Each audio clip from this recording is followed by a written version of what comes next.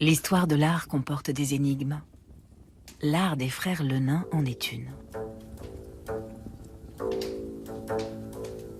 Qui sont Antoine, Louis et Mathieu? Ils occupent une place particulière dans la peinture française du XVIIe siècle.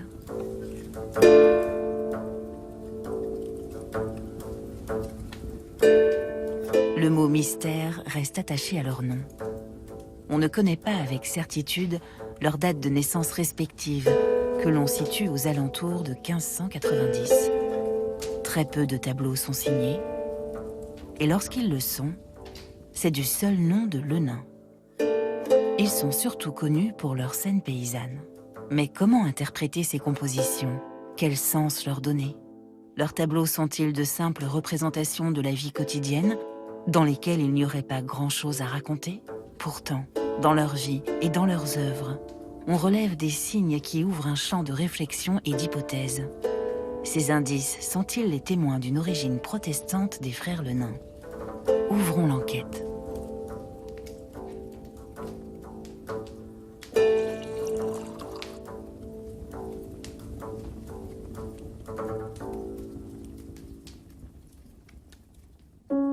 Les frères Lenain sont tombés dans l'oubli après leur mort. Ils n'ont été redécouverts qu'au milieu du XIXe siècle. Surgit alors l'hypothèse qu'ils sont d'origine protestante. Les écrivains et critiques d'art Champfleury et Huysmans qualifient leur simplicité un peu froide et leur couleur sobre de protestante. On discerne quelque chose de très retenu, de très sobre, un fumet de Bible qui sortirait de ces tableaux et qu'on a associé effectivement au protestantisme. Une partie des historiens pense que cette hypothèse des Lenains protestants fonctionne, une autre partie pense que non. Les Lenains, en effet, utilisent une palette qui est donc plutôt restreinte, avec donc des tonalités grises, brunes, bistres, assez sobres. Et finalement, c'est le premier argument qui a frappé un certain nombre de critiques pour penser qu'il pouvait y avoir une sensibilité protestante dans ces tableaux. En 1934, le pasteur et historien Jacques Pagnier avance des arguments qui plaident pour une origine protestante des frères Lenain. Il souligne qu'ils sont nés à Laon, région qui a connu de nombreuses conversions au protestantisme dès le milieu du XVIe siècle. La Picardie est la région de naissance du réformateur français Jean Calvin. C'est aussi une région de passage à la frontière avec les Pays-Bas. La Picardie est une région qui connaît un très grand dynamisme économique. Les marchands sont nombreux, les routes marchandes sont nombreuses, elles sont orientées nord-sud. Entre autres, elles se dirigent vers les Pays-Bas, qui sont un des poumons économiques de l'Europe à cette époque. D'autre part, il y a une activité textile qui est très très importante. Or, les marchands, le textile, on a là deux groupes sociaux qui vont adhérer assez rapidement au protestantisme. Et puis, on a surtout une petite noblesse qui va se rallier au protestantisme. Et donc, on va avoir une province qui est à la fois protestante et catholique. Dans les origines familiales des Lenain, il y a a priori rien qui pointe vers la peinture, parce que c'est un milieu qui est déjà dans une logique d'ascension sociale. Le père devient sergent au grenier à sel, donc c'est déjà une charge publique, la voie de l'ascension. Ensuite, on devient notaire, la génération suivante, et ensuite on acquiert une noblesse de robe. Donc c'est pas un milieu modeste, c'est un milieu de grands vignerons, déjà munis de charges officielles, et la logique, effectivement, dans cette ascension sociale, c'est que les enfants deviennent, par exemple, notaires. Et d'en avoir trois frères qui deviennent peintres est très singulier. Les trois frères Lenain sont célibataires, ils n'ont pas d'enfants. Et c'est quelque chose qui nous pose aujourd'hui des difficultés à nos autres historiens et historiens de l'art, puisque cela signifie qu'ils n'apparaissent pas dans les registres paroissiaux de l'époque et ils n'apparaissent pas non plus dans les registres protestants. Cela nous prive d'indices très précieux pour déterminer quelle pouvait être leur religion et leur parcours confessionnel. La question d'une possible origine protestante des trois frères Lenain ne se serait jamais posée si le pasteur Jacques Pagnier n'avait pas relevé un autre argument biographique important, le prénom de leur père, Isaac. Concernant les Lenain. État civil protestant. Samuel Lenain, fils de Martin Lenain. Il y avait des Lenain protestants. Oui, c'est ça qu'il a voulu en tout cas essayer de montrer. Oui. On a un Abraham encore ici, là. L'usage du prénom Isaac peut effectivement renvoyer à un terrain protestant, puisque la discipline ecclésiastique de l'Église réformée de France recommande fortement l'utilisation de prénoms issus de l'Ancien Testament. Au XVIIe siècle, les prénoms de l'Ancien Testament, les prénoms vétérotestamentaires, sont un signe de protestantisme, car les protestants doivent choisir des prénoms approuvés par l'Écriture sainte, et ils connaissent beaucoup mieux l'Ancien Testament que les catholiques. En 1629, les frères Lenain quittent la région de Laon. Ils s'installent à Paris, dans le faubourg de Saint-Germain-des-Prés, à proximité de l'abbaye. C'est l'un des endroits où il reste encore de la place et des terrains à bâtir dans le Paris de l'époque. C'est aussi un quartier déjà marqué par une forte histoire protestante. Saint-Germain-des-Prés a été, au XVIe siècle, la petite Genève. C'est là où se sont tenus les premiers synodes de l'Église réformée, dans la rue des Marais, qui est aujourd'hui la rue Visconti. Et ce protestantisme a disparu à la fin du XVIe siècle, après la Ligue et le siège de Paris. Donc la dernière décennie du XVIe siècle a été très difficile pour les protestants parisiens, qui ont presque tous disparu. Mais néanmoins, donc, au XVIIe siècle, quand les protestants reviennent, c'est un protestantisme donc d'émigration, les protestants donc reviennent volontiers s'installer à Saint-Germain-des-Prés, notamment parce que l'on y trouve un cimetière protestant qui a été concédé par Sully, qui est donc le cimetière des Saints-Pères. Et c'est l'un des rares endroits où le protestantisme est marqué dans Paris. Quand on est protestant au XVIIe siècle, à Paris, on est minoritaire. Qu'est-ce que ça change pour un peintre ? C'est toute la question. Pendant très longtemps, l'histoire de l'art a pensé que cela n'avait aucune incidence et que finalement les protestants peignaient comme les catholiques. Aujourd'hui, donc, on s'interroge davantage sur ce sujet et on peut se demander notamment si cela a une incidence sur le genre que les peintres choisissent de pratiquer, la nature morte, le portrait, ou, dans le cas des Lenain, sur le fait qu'ils aient choisi de s'illustrer dans ce qu'on appelle à l'époque la gueuserie, aujourd'hui la scène de genre.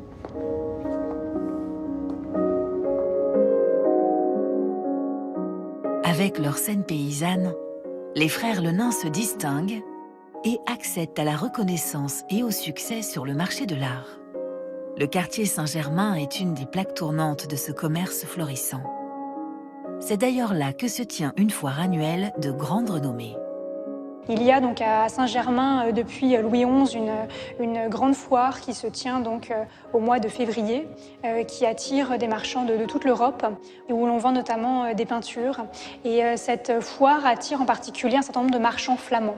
Et à l'époque, donc, le marché de la peinture est dominé à la fois par des flamands et par des protestants. Ce contexte de la foire Saint-Germain, c'est très concurrentiel. Il y a beaucoup de peintres, il y a beaucoup de marchands. Et il faut, pour vendre votre tableau, que votre tableau se distingue. Et donc, on imagine les frères Lenain qui habitent à 2 pas. Leur maison est à 2 pas de la foire Saint-Germain. Donc, ils sont forcément immergés là-dedans. Et c'est peut-être aussi une clé de lecture de leur tableau.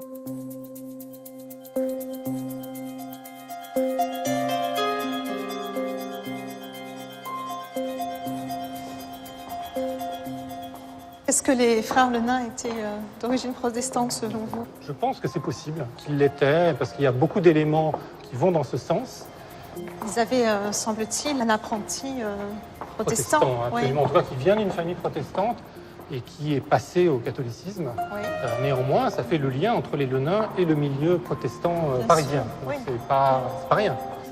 Voilà, donc la famille de paysans, le tableau qui fait débat, puisque tous ceux qui croient aux Lenain protestants partent de ce tableau.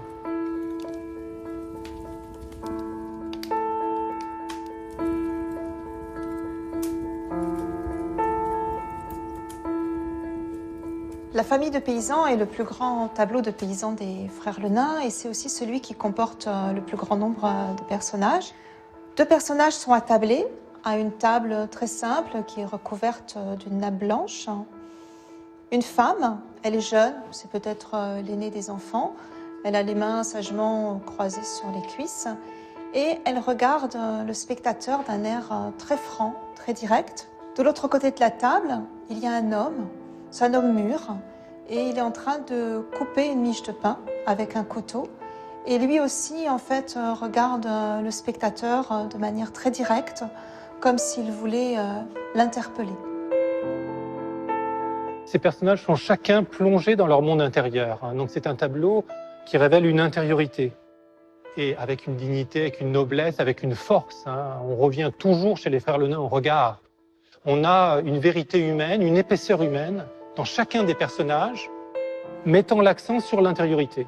Autant une peinture d'histoire raconte un récit, que les personnages parlent entre eux, sont liés au service de ce récit, autant là, ils sont juxtaposés. Ils sont immobiles, ils sont verticaux, et c'est un tableau du monde intérieur. Peut-être aussi consonance religieuse.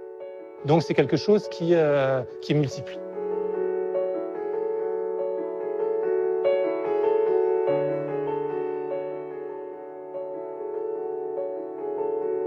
Cette insistance sur la dignité des personnages, aussi modeste soit-il, serait-elle une évocation des idées nouvelles du protestantisme ?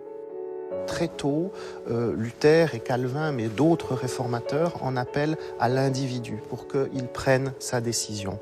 Il a le choix entre l'ancienne foi et la nouvelle foi, et il doit choisir. Parce que c'est lui qui est en rapport direct avec Dieu, avec le transcendant, avec l'éternel. Et donc, de ce point de vue-là, incontestablement, dans le domaine religieux, le protestantisme joue un rôle clé dans l'émergence de l'individu moderne.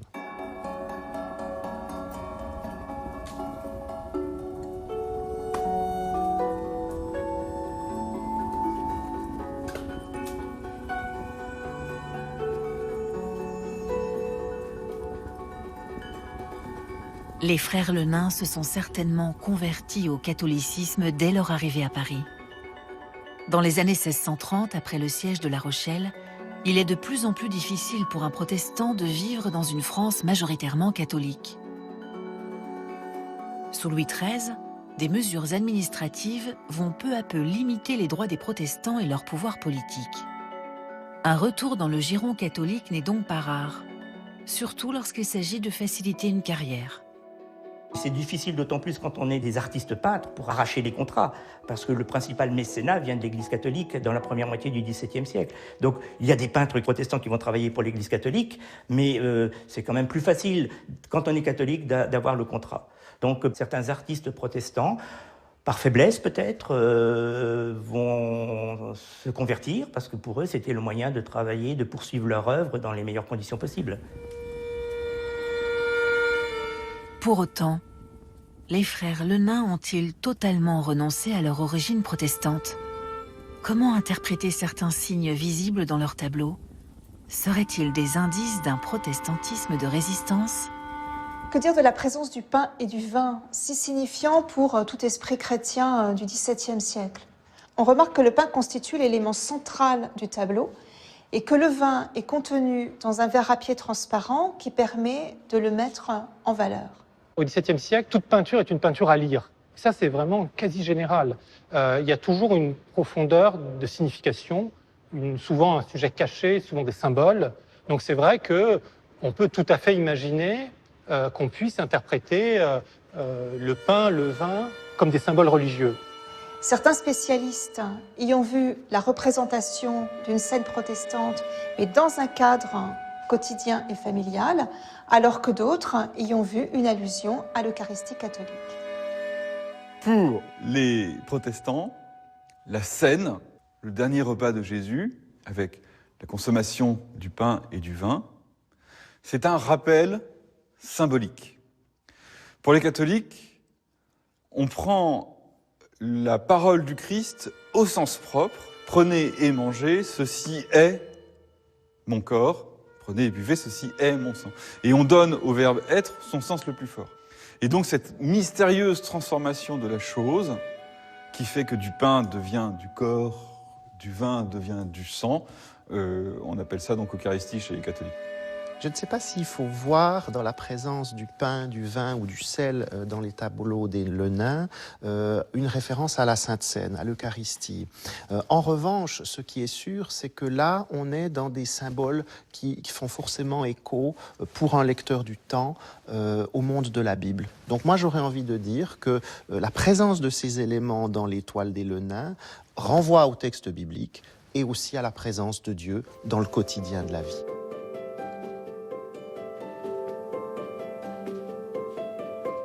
Manifestement, le tableau ne représente pas un véritable repas. Alors, est-il interdit d'y voir la représentation d'une nourriture spirituelle, le pain, le vin, le sel, partagés par 3 générations d'une même famille? On relève dans les tableaux des frères Lenain une grande importance donnée à la famille.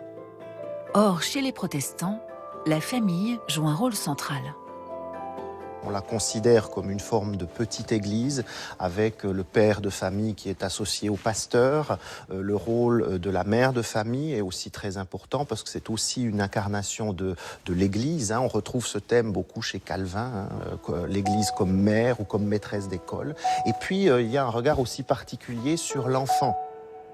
L'enfant, c'est vraiment la perle rare, d'autant plus que, étant donné le taux de mortalité infantile à l'époque, c'est la personne qu'il faut protéger.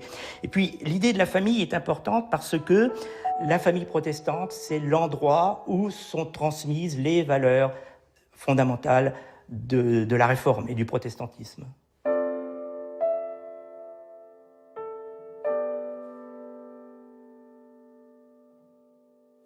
Les frères Lenain sont les premiers dans l'histoire de la peinture française, à représenter des enfants de manière aussi vivante, aussi naturelle. Chaque enfant a son caractère. On sent qu'ils s'intéressent à chaque figure enfantine. Donc là, il y a aussi une sensibilité qui est très nouvelle à cette date. Souvent, c'est eux qui attirent l'attention du spectateur parce que c'est eux dont le regard engage l'attention.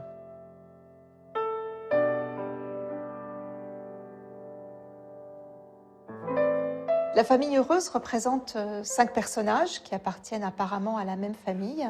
Une jeune femme tient dans ses bras un enfant emmailloté. C'est à cet enfant que le tableau doit son nom antérieur de retour du baptême. Or, ce titre a été abandonné parce qu'il a été contesté par certains spécialistes en raison de l'âge trop avancé de l'enfant. Il est vrai que dans la tradition catholique, on baptise le nouveau-né le jour même de sa naissance ou le lendemain, parce que l'on craint en fait que l'enfant ne meure avant d'avoir été baptisé. Pour les protestants, on peut très bien baptiser l'enfant quelques jours après sa naissance.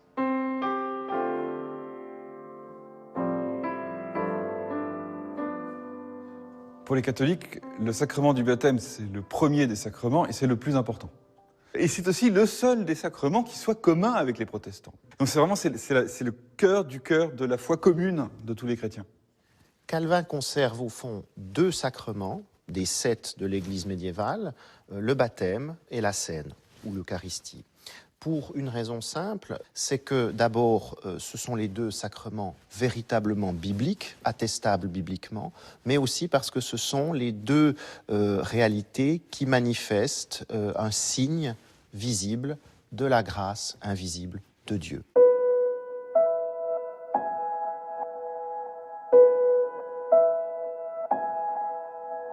Derrière cette table, le père lève un élégant verre à pied qui contient du vin. Est-il impossible de voir dans le verre de vin une allusion à une scène protestante? Dans ce cas-là, il y aurait bien et la représentation du baptême et la représentation d'une scène protestante, soit les 2 sacrements conservés par Calvin. Dans les tableaux des frères Lenain, toutes les générations sont représentées avec dignité, y compris les vieillards. Or, au XVIIe siècle, la production artistique leur a souvent montré peu de respect. La personne âgée est en effet traditionnellement rejetée car elle n'est plus productive. Chez les frères Lenain, la vieillesse est au contraire valorisée. Cette figure de vieille femme est très importante et elles sont nombreuses chez les frères Le Nain. C'est aussi une de leurs singularités d'accorder une importance, je dirais une éminence. Elles ont toujours une position de choix, elles sont souvent isolées. Et donc moi, j'y vois toujours cette logique d'une domination féminine au sein des familles. C'est-à-dire la figure féminine la plus âgée est celle qui règne sur l'univers domestique. Et donc, je pense qu'il faut voir chez les frères Le Nain, dans ces figures extrêmement fortes, où on voit des personnalités, l'importance de ces femmes plus mûres, plus âgées, dans le cadre familial. Il y a assurément au XVIIe siècle une certaine valorisation de la vieillesse au sein du protestantisme, ou en tout cas d'un regard posé sur la vieillesse, qui est un regard qui insiste sur l'humanité, sur la dignité, sur le fait qu'au fond, même âgé, même décrépit, comme on le dit souvent à l'époque, eh bien la personne âgée, il faut lui apporter un message de consolation, un message de vie, jusqu'à ses derniers instants.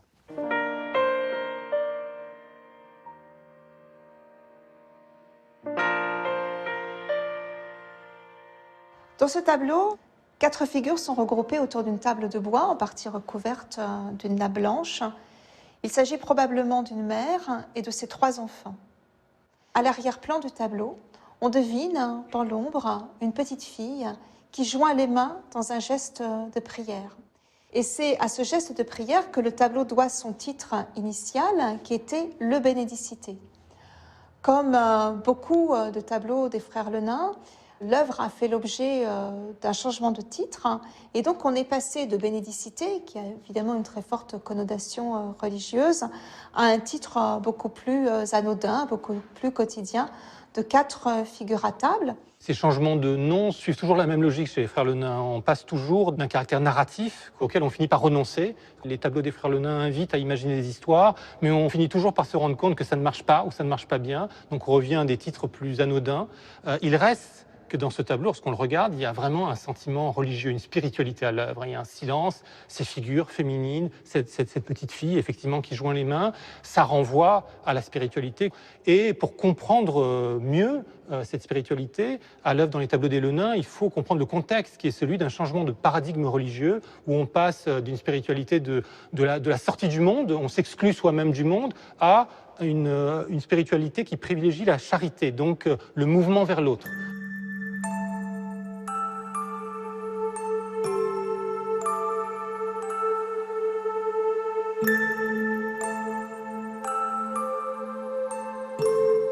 Dans les années 1630, on a une catastrophe qui va s'abattre sur la France du Nord et la Picardie, c'est la guerre de 30 ans. Et donc ces troupes qui passent dans les campagnes ravagent tout. C'est-à-dire que le soldat à l'époque n'est pas nourri, il n'est pas encaserné, il vit sur le plat pays, il fait du dégât comme on dit. Ils vont donc massacrer, piller, ravager les campagnes.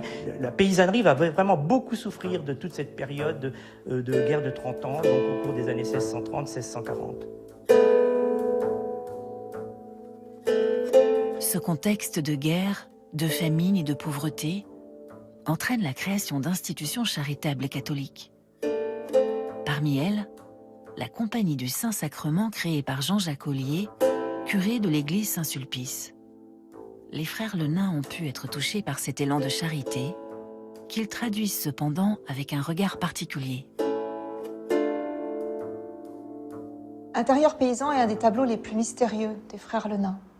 C'est un tableau qui montre 3 personnages qui sont groupés autour d'un tonneau recouvert d'une nappe qui tient lieu de table. Au centre, une femme semble accueillir un homme âgé. Et sur la table, on aperçoit une assiette qui contient une bouillie de millet, qui est le plat des pauvres. Et il semble bien en fait que cette assiette est destinée au vieil homme. Les personnages ne se regardent pas, chacun semble plongé dans ses propres pensées. Pourtant, c'est un tableau qui semble bien illustrer le thème de la charité, offert par cette femme et ses enfants à un homme de passage.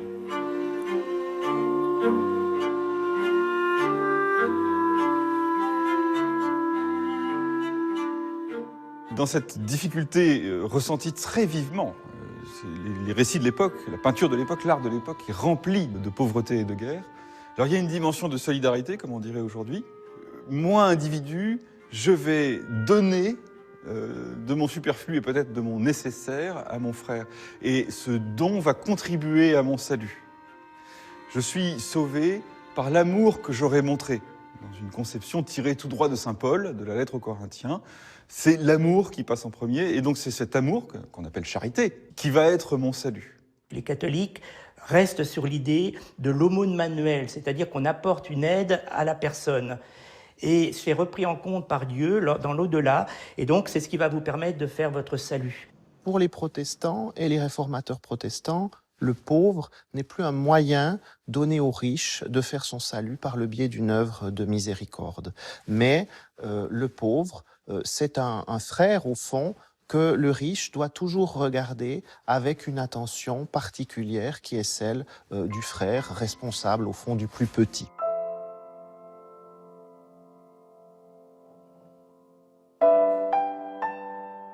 Il y a un autre élément troublant dans ce tableau, c'est la quenouille que tient cette femme, comment l'interpréter. Si on rattache en fait le tableau à un monde protestant, Jean Calvin distingue deux royaumes, le monde temporel et le monde spirituel. Là, on peut se dire en fait que la quenouille se rattache au monde du temporel, c'est aussi le monde du travail, et pour Calvin, chaque travail, chaque activité humaine est digne. Et puis, ça s'opposerait donc au monde spirituel qui serait représenté par cette petite fille méditative. Le discours des protestants ne porte pas trop sur la pauvreté. Leur discours est axé sur le travail, la valorisation du travail. Et par le travail, et par éventuellement l'enrichissement qu'on peut tirer de ce travail, eh bien on considère que c'est Dieu qui vous invite à participer à la création.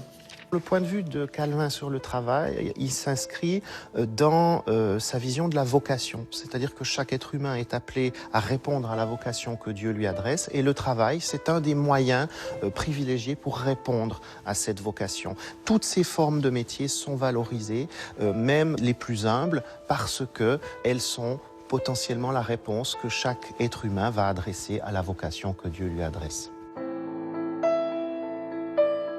Le mystère qui se dégage des tableaux des frères Le Nain interroge le spectateur et semble l'inviter à une réflexion spirituelle.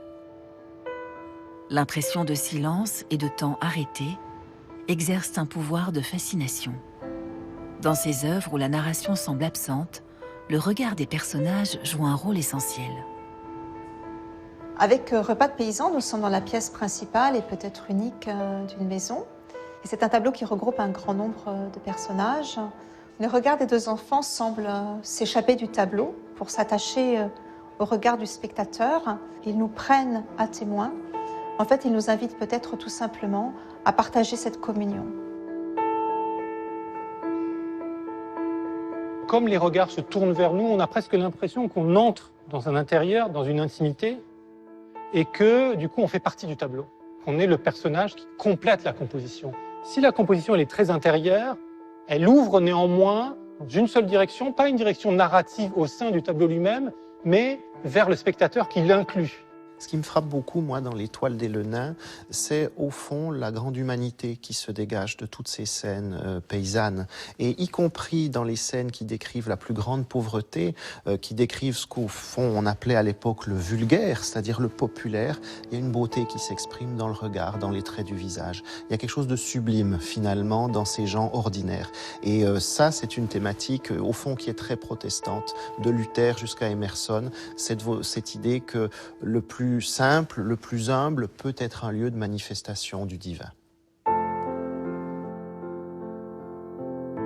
Soulever la question d'une origine protestante des frères Le Nain permet de poser un regard particulier sur leurs œuvres. Mais les documents manquent encore pour éclairer leur foi et leurs pratiques religieuses. Pour l'heure, le mystère reste entier et semble défier le temps.